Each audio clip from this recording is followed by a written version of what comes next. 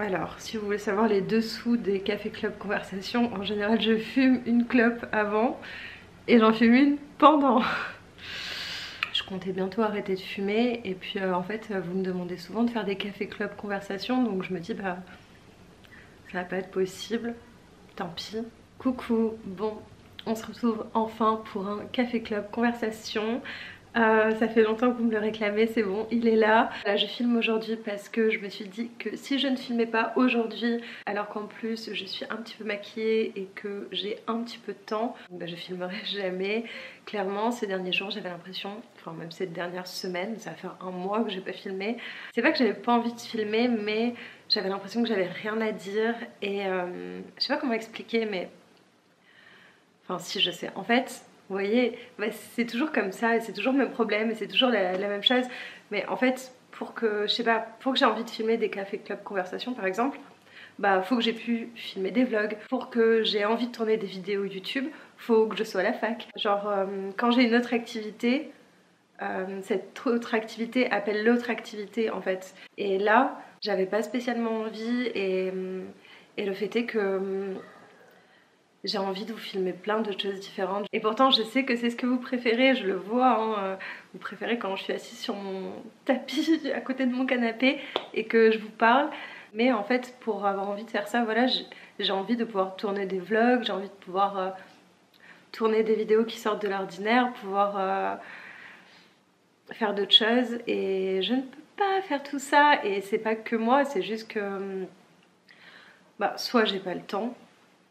Et je vous jure, en plus on dirait pas que j'ai pas le temps, mais en ce moment je travaille pas mal, donc oui, j'ai vraiment pas le temps. Et aussi, ben, il y a le Covid, et en vrai ça me casse les couilles, genre... Vous vous rendez compte que ça va faire un an que toute cette merde a commencé. Là, je commence vraiment à saturer. Et en fait, tout est plus compliqué, on s'en rend pas compte, mais en fait, je m'en suis rendu compte il y a 2 semaines. En fait, je suis allée à la faculté pour parler de tout ce qui était transfert de faculté, etc., changer de ville, machin, machin. Et j'en ai profité aussi pour leur parler de mon stage de master que j'aimerais faire cet été. Et je leur ai dit aussi toutes les auditions. Et en fait, ils m'ont clairement fait comprendre que déjà, tout ce qui était Master 1 n'était pas du tout, mais pas du tout prioritaire pour avoir des stages. Et même que certaines personnes, en fait, faisaient leur stage de Master 1 en distanciel. Ce qui m'a beaucoup choquée. Je sais pas comment vous dire, mais...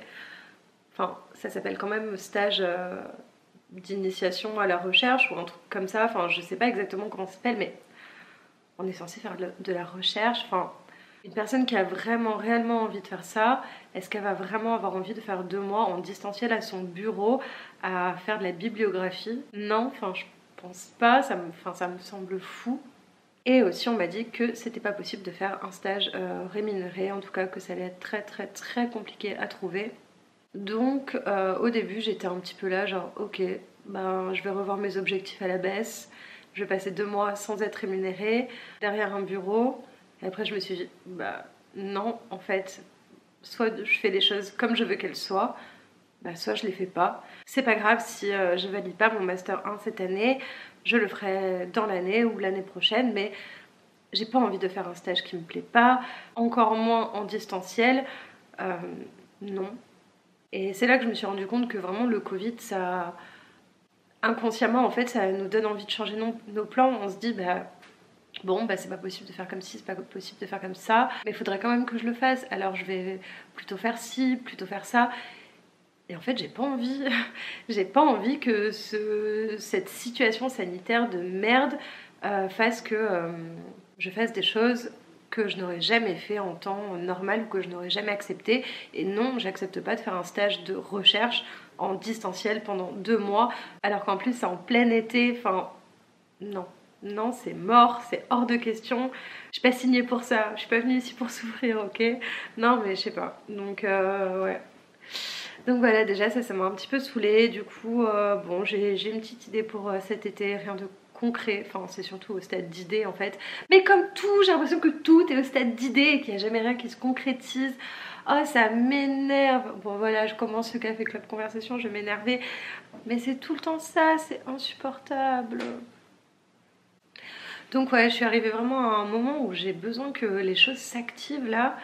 Et et de pouvoir vous partager autre chose que des mots. Enfin, je sais pas, j'ai envie de vous faire des belles images, de peut-être faire des vidéos courtes, mais avec, je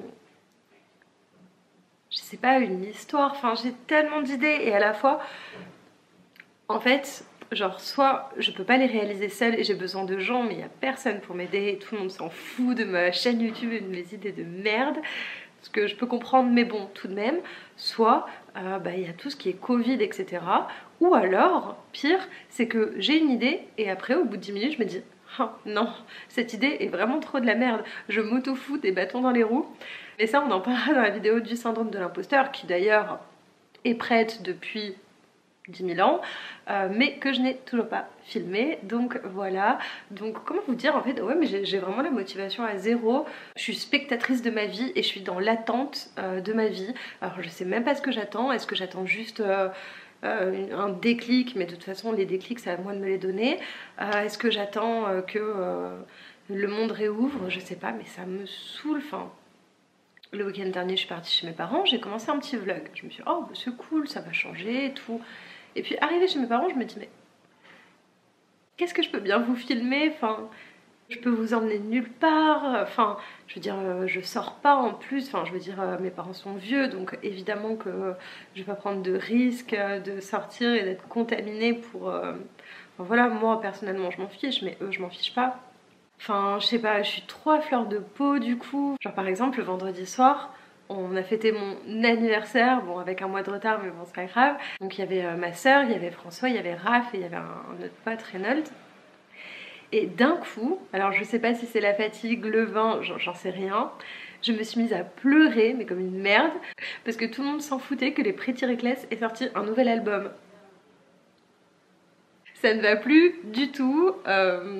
Après, du coup, je suis partie dans la cuisine pour sécher mes larmes. Du coup, il y a ma soeur et ma mère qui m'ont rejoint. Après, il y a Raph et tout le monde essayait de me faire la morale et de me réconforter et de me dire mais Rachel, nanana, nanana. Et j'étais là, ah, mais laissez-moi. Genre, non, mais vraiment, c'était n'importe quoi. Je suis pleine de frustration de la vie. Genre, toute ma vie est frustration et énervement interne et du coup, quand je suis énervée, je commence à pleurer. En fait, je pense que c'est ça. Mais ça va aller, ça va aller. Et vous, comment ça va? Les petits étudiants surtout, parce que je sais à quel point c'est difficile. Je vois en ce moment qu'on parle beaucoup de la souffrance des étudiants, que le mental surtout est très bas et très affecté. Donc dites-moi comment ça se passe. Est-ce que vous êtes aussi dans l'attente? Cette envie de vouloir faire des choses et de se dire que c'est impossible ou très compliqué ou beaucoup plus lent ou avec beaucoup d'autres contraintes en fait qui ne seraient jamais là s'il n'y avait pas le Covid. Et ouais, je crois que c'est tout ça que je ressens et je crois que vraiment en plus c'est vraiment la pire période. Je pense qu'entre 20 et 30 ans, je pense que ça doit être vraiment la période la plus difficile pour vivre ça. Je pense que je suis dans une période relativement compliquée vis-à-vis de mon avenir. J'ai même plus envie de faire d'autres choses, enfin je sais pas, c'est trop bizarre. Quand je suis rentrée de vacances, j'étais tellement pleine d'énergie. Le fait d'avoir passé 10 jours à la mer, d'avoir passé voilà, ces moments où je vivais vraiment, où tout était simple, où j'ai rencontré des gens, où j'ai pris le soleil, où j'ai écouté de la musique, où je suis allée au restaurant, où j'ai bu des verres. Ça m'avait énormément requinqué. Je rentrais chez moi le soir, enfin quand je suis rentrée de vacances, j'écrivais tous les jours.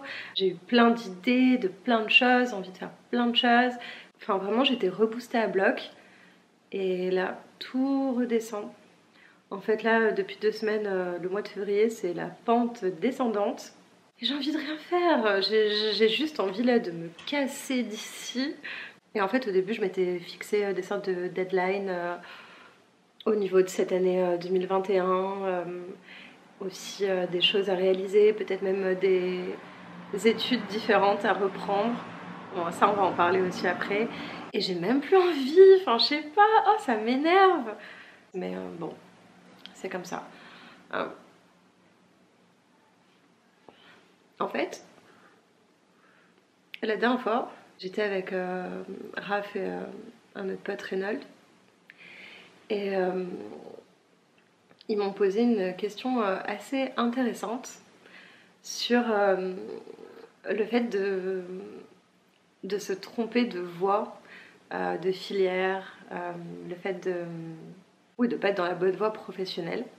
Et en fait, je leur ai répondu que oui, je m'étais sûrement trompée de voie, entre guillemets, mais que peu importe le choix que je ferai dans ma vie, ce sera à la fois un choix qui pourra être assimilé à un choix où je me suis trompée de voie et un choix où je ne me suis pas trompée de voie.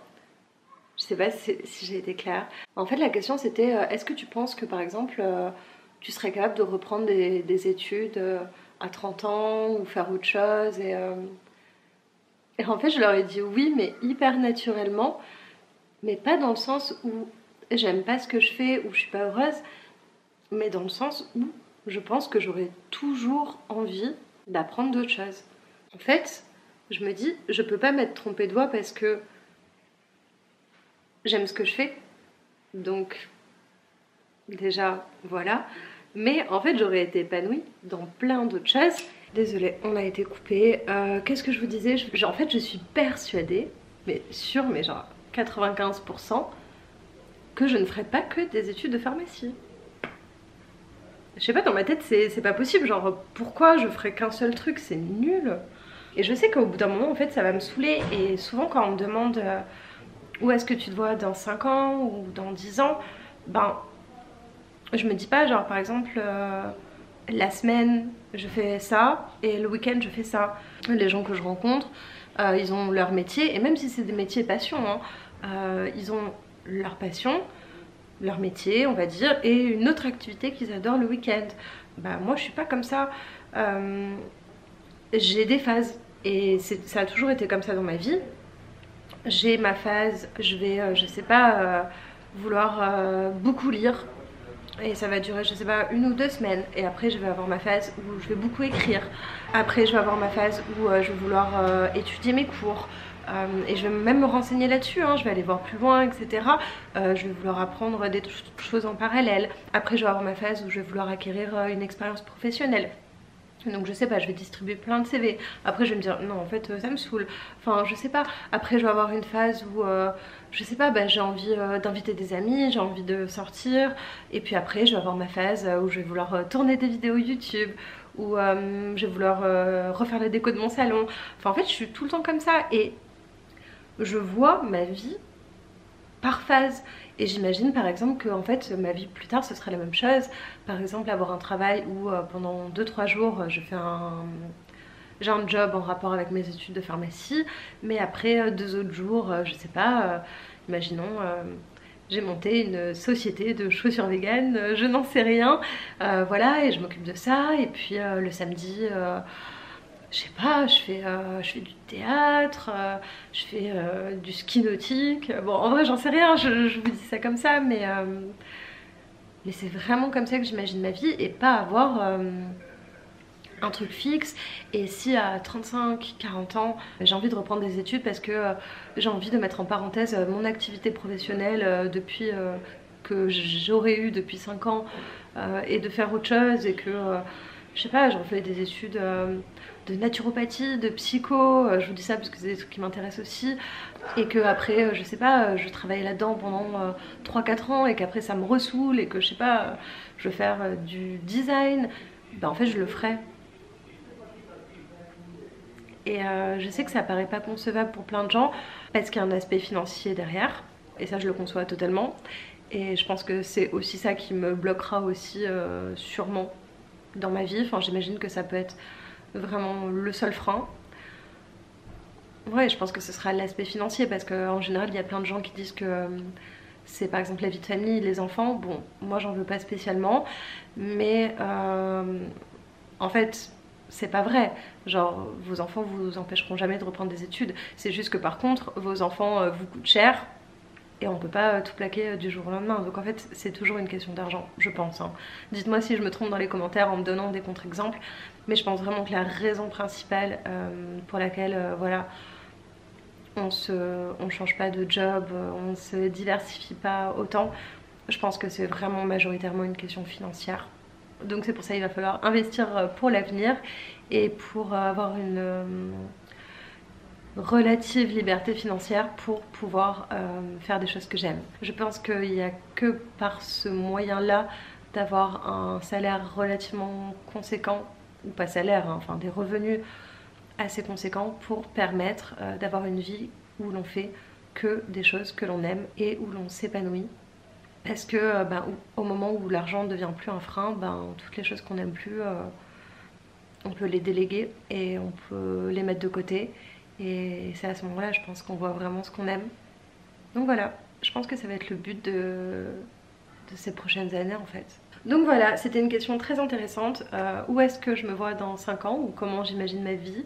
Et est-ce que je me suis trompée de voie? Oui, je me suis trompée de voie, mais non, je me suis pas trompée de voie parce qu'en fait j'aime trop de choses différentes. Donc en fait à un moment il fallait bien faire un choix et Dieu seul sait à quel point c'est difficile pour moi de faire des choix, mais j'ai dû faire un choix et c'est une question vraiment que je me suis posée très longtemps d'ailleurs. Est-ce que je ferais pas des études plus artistiques? Et en fait je me suis rendu compte que non, j'avais quand même besoin de faire des études scientifiques parce que je pense que même si je peux apprendre beaucoup de choses par moi-même et que je suis assez volontaire, je sais pas vraiment comment expliquer ça, je pense que vraiment les sciences c'est un domaine dans lequel je peux pas apprendre et m'épanouir toute seule, alors que tout ce qui est art je peux plus facilement le faire, pas toujours hein, mais voilà, donc pour moi c'était vraiment important en fait d'avoir un cadre scientifique dans ma vie. Et c'est comme ça que je suis heureuse en fait pour l'instant, donc ça me va. Enfin bon, là je suis pas très heureuse, en même temps vous imaginez bien que j'ai un cours ce semestre, la matière que je n'ai pas validée, plus mon deuxième cours mon cours de master, et c'est tout. Et en plus un des cours, je l'ai déjà vu l'année dernière et la plupart des chapitres je m'en rappelle très très bien. Donc je me fais un peu chier, heureusement que j'ai toujours le petit job à la prépa, on va dire que ça occupe bien mes journées et tant mieux. En même temps je suis un petit peu trop perfectionniste, mais bon c'est pas grave, tant mieux, au moins ça m'occupe. Et voilà. Les vidéos prévues, je ne sais pas. Non, il faut vraiment que je vous sorte la vidéo sur le syndrome de l'imposteur, ça fait beaucoup trop longtemps que je vous dis que je vais vous la faire. Je pense que c'est vraiment le syndrome qui a le plus influencé ma vie et qui a fait que il y a plein de choses que j'aurais pu faire et que j'ai pas fait. Non mais vraiment, gros syndrome de l'imposteur chez moi, où vraiment je me sens toujours pas à la hauteur. Mais maintenant que je sais que je suis atteinte de ça, souvent je me dis ah attention, tu prends cette décision ou tu dis ça parce que tu te sens pas à la hauteur ou tu te sens pas légitime. Donc on va dire depuis quelques temps, des fois je me rends compte que c'est ça et je me dis allez, t'y vas, tu fonces. Ça c'est que toi et tes a priori envers toi qui font que tu as ce schéma de pensée et l'envie de faire tel ou tel choix alors qu'en fait non. Donc voilà, c'est pas très grave. Et ce qui est beau c'est que ça prouve que tout se corrige. Et à la fois des fois je me dis est-ce que c'est vraiment bien de parler de tous ces sujets là, parce que des fois j'ai l'impression aussi que ça banalise le truc. Par exemple, il y a plein de gens qui disent c'est normal, je suis hypersensible, ou ouais je réagis comme ci, comme ça, parce que c'est mon syndrome de l'imposteur. Oui mais d'accord, mais si t'en as conscience, du coup ça devient plus une excuse, vous voyez ce que je veux dire? Et je veux dire c'est un petit peu la mode aussi, tous ces syndromes là, l'hypersensibilité, tout ce qui est au potentiel émotionnel, au quotient intellectuel, etc. Au potentiel intellectuel plutôt, enfin vous avez compris. Il y a une mode, on va pas se mentir, mais la vérité c'est que si on en est vraiment atteint, hein, on s'entend, en fait aucune de ces choses là n'est excuse, n'est raison valable. C'est juste un mot et c'est une façon de catégoriser certaines choses, mais ça fait pas tout et ça explique pas tout et ça ne règle rien. On en parlera quand je vous ferai la vidéo sur les tests de QI, rendez-vous avec mes rendez-vous avec les psys, etc. Je pense qu'il faut vraiment que je fasse cette vidéo. On en parlera, mais pour moi, savoir ce genre de choses, c'est essentiel, nécessaire, et à la fois, ça ne réglera jamais rien. Parce que c'est pas en mettant une étiquette sur quelque chose que ça règle le problème. Vous pouvez, je sais pas, dire ce mec il est complètement toxique, mais dire qu'il est complètement toxique ça change rien. Il faut faire quelque chose, il faut se casser où il faut lui foutre une grosse baffe et lui expliquer que soit il change maintenant, soit c'est dégage. Mais c'est comme tout, vous avez un cancer, oui, dire que vous avez un cancer c'est très bien, mais si vous n'avez pas de traitement, vous n'allez pas être soigné. Enfin, je sais pas si vous voyez ce que je veux dire. Enfin, j'espère que je me suis bien exprimée. Donc voilà, c'est quand même... Bon, ce que je voulais dire, c'est que voilà, c'est quand même souvent des sujets qui sont relativement... à la mode et c'est bien, hein, c'est très bien de réfléchir sur soi, de faire du développement personnel, même si alors les derniers livres de développement personnel que j'ai lus, alors vraiment c'est du blabla pour du blabla, hein. Après c'est très bien, hein, tant mieux s'ils arrivent à gagner leur vie en vendant des livres comme ça, mais j'ai l'impression que c'est pour qu'un mec de 12 ans découvre comment fonctionne le monde, hein. Non, après, bon, je suis peut-être pas tombée sur les bons livres, on va pas se mentir, j'ai trouvé ça nul. Enfin, vraiment, je vous recommanderais même pas les livres de développement personnel que j'ai lus. Mais d'ailleurs, si vous en avez des bons à me recommander, pas forcément de développement personnel hein, d'ailleurs, mais bon, recommandez-moi des livres, je sais qu'il y en a quelques-uns qui l'avaient fait il y a quelques mois, dont j'avais suivi les conseils et je crois que j'en avais lu un ou deux. Donc je regarde là-bas parce qu'il y a ma bibliothèque, enfin une partie de mes livres. Donc ouais, recommandez-moi vos livres du moment. Pourquoi pas, même si je suis toujours un petit peu en retard dans mes lectures, mais pourquoi pas, ça pourrait être cool. En ce moment j'ai plus trop le temps, alors j'écoute des livres audio pour m'endormir. C'est très bien aussi. Bon voilà. Et aussi je voulais vous parler d'un dernier petit truc qui m'a fait rire ces derniers temps. En fait j'ai des cheveux blancs. Je pense que vous les verrez pas d'ici. Mais j'ai 3-4 petits cheveux blancs. Et avant de partir en vacances, j'ai fait une couleur pour les recouvrir, couleur qui dégorge et au bout d'un moment on revoit mes cheveux blancs. En fait ça ne sert pas à grand chose, enfin pas pendant très longtemps. Et puis à Saint-Martin, ça a été mon anniversaire. J'ai eu 26 ans. Et en fait j'ai un ami qui m'envoie joyeux anniversaire des 17 ans depuis des années. Vu que j'ai toujours dit que je voulais pas grandir et je voulais pas vieillir et je veux pas être vieille. Et ça a toujours été un problème pour moi, les responsabilités. Même si à la fois j'ai envie de grandir, j'ai envie d'être plus mature et de comprendre des choses sur moi, j'ai pas envie d'être assimilée à un adulte ou à en fait une personnalité un peu chiante et stricte avec plus de rêves, qui s'amuse plus. Genre moi j'aime tellement faire des jeux, j'adore les jeux de société, j'adore faire des escape games. En fait j'ai toujours l'impression d'avoir entre 20 et 22 ans. Et bon, pas pour tout, hein. Surtout pour les lendemains de cuite, là ça passe plus. Mais bon, bref, je le sais que j'ai plus 22 ans, mais... Et en fait il m'a envoyé joyeux anniversaire des 17 ans. Et j'ai eu ce truc de me dire, bah non en fait je suis hyper contente de plus avoir 17 ans. En fait c'était la première fois où j'acceptais vraiment d'avoir mon âge. Alors, je suis toujours hyper contente parce que tout le monde pense toujours que je suis très jeune, surtout si je suis pas maquillée, que j'ai mes cheveux naturels un peu bouclés. On pense toujours que j'ai 21, 22, 23 ans, surtout que je suis petite, donc voilà. Et je suis toujours flattée, donc bon, voilà. Mais à la fois, je sais pas, les 23, 24, 25, je les vivais mal. Je me disais, oh là là, mon Dieu, qu'est-ce que je vieillis, je suis plus toute jeune. Et là, je me suis dit, bah, ouais, ok, c'est cool. En fait, je suis contente d'avoir cet âge-là parce que, en fait, j'ai compris ce que ça voulait dire être adulte dans mon sens. Et l'adulte que je suis me plaît et que en fait je suis devenue d'accord avec le fait d'être vieille, on s'entend, plus âgée que juste 20 ans, mais de pas avoir des préoccupations de certaines personnes qui ont d'autres préoccupations. Voilà, j'ai pas envie de me marier, j'ai pas envie d'acheter une maison, j'ai pas envie d'avoir d'enfants, j'ai toujours pas fini mes études, je suis vraiment très loin, je suis en retard en fait, mais c'est pas grave.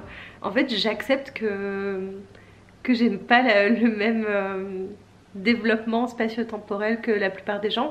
Et je vous dis ça parce qu'en fait je me rends compte que ouais ok, il y a des gens, ils ont 40 ans et ils ont un boulot et ils ont des enfants, ils ont ceci, ils ont cela, mais en fait sur d'autres points on s'en rend pas compte parce que on voit que ce qu'on veut voir, mais sur d'autres points ils sont pas du tout évolués. Et je vous jure, j'ai rencontré des gens bien plus âgés que moi et je me suis dit mais waouh, genre il faudrait peut-être faire ces petits travaux psychologiques là, enfin ces petits travaux, psychologique. Bon bref, vous avez compris. Et en fait, même si je suis pas évoluée dans mes études, même si je suis pas évoluée au niveau professionnel, que j'ai pas un CV hyper long, bah en fait j'ai appris plein d'autres choses sur moi et toutes ces choses j'aurais pas pu les faire si j'avais pas eu cette vie là. Et en fait je me suis dit bah c'est cool d'avoir 26 ans, c'est cool d'avoir mon âge et c'est cool d'être cette jeune adulte. Et c'est comme si avant, toutes les années qui passaient, je me disais je perds une année ou j'avance vers la mort. C'est terrible dit comme ça, mais c'est, je pense, un petit peu comme je le voyais. Et là, je le vois juste comme j'avance vers une évolution et elle peut être belle en fait. Même voilà, des fois je commence à avoir des petites rides, etc. Je vous dis pas que ça m'atteint pas, hein, et c'est le cas, mes petites rides sous les yeux parce que... et mes cernes parce que je dors pas du tout assez, et ce depuis des années, parce que je fume. Et donc voilà, et c'est vrai que des fois ça m'atteint et après je me dis ouais mais il y a quand même quelque chose de beau dans le fait de vieillir et de mûrir en fait. Et du coup, tout ça pour en revenir aux cheveux, c'est pas grave d'avoir quelques cheveux blancs et ça fera mon charme. Donc voilà, tout ce blabla pour pas dire grand chose au final, juste pour prendre de vos nouvelles aussi. Donc n'hésitez pas à mettre un petit commentaire pour me donner de vos nouvelles, ça me ferait vraiment hyper plaisir. D'ailleurs, est-ce que vous voulez qu'on fasse... Enfin moi j'aimerais bien, donc bon c'est pas grave si on fait pas, mais bon bref, est-ce que du coup je vous demande quand même... Oh putain ça va pas du tout. Est-ce que vous voulez qu'on fasse une FAQ et du coup vous me posez toutes vos questions soit en commentaire sous cette vidéo, soit sur Instagram si vous me suivez, et si vous ne me suivez pas encore, je vous mets mon pseudo juste là. Voilà, posez pas des questions trop personnelles non plus parce que sinon je n'y répondrai pas. Et quoique je trouve que je vous raconte quand même beaucoup de choses de ma vie. Donc bon bref, on verra. Posez vos questions, posez toutes vos questions, on verra bien si je réponds ou pas. Dites-moi aussi si vous allez bien, si tout se passe bien dans votre vie. Faites-moi un petit update de votre vie. En tout cas, ça m'a fait vraiment plaisir de vous parler, de vous faire ce petit café club conversation. Et ben j'espère qu'on se reverra très vite dans une prochaine vidéo. Si jamais... Non, il y aura bientôt une prochaine vidéo, c'est promis. Voilà, on va faire comme ça, d'ici dans une semaine, 10 jours, je sais pas, voilà. Oh, voilà, je me suis mise la pression toute seule, ça n'a aucun sens. Bon allez, je vous laisse, je vous embrasse, je vous fais de gros bisous et je vous dis à bientôt dans une prochaine vidéo. Bisous. Ma soeur, son chéri... Non, il n'y avait pas son chéri. Il y avait son chéri. Oh, j'ai eu hyper peur. Enfin bref, voilà, c'était mon petit moment coup de gueule. Voilà, c'est tout. Bisous, salut. Je me suis trop perdue dans mes explications encore, mais c'est une catastrophe.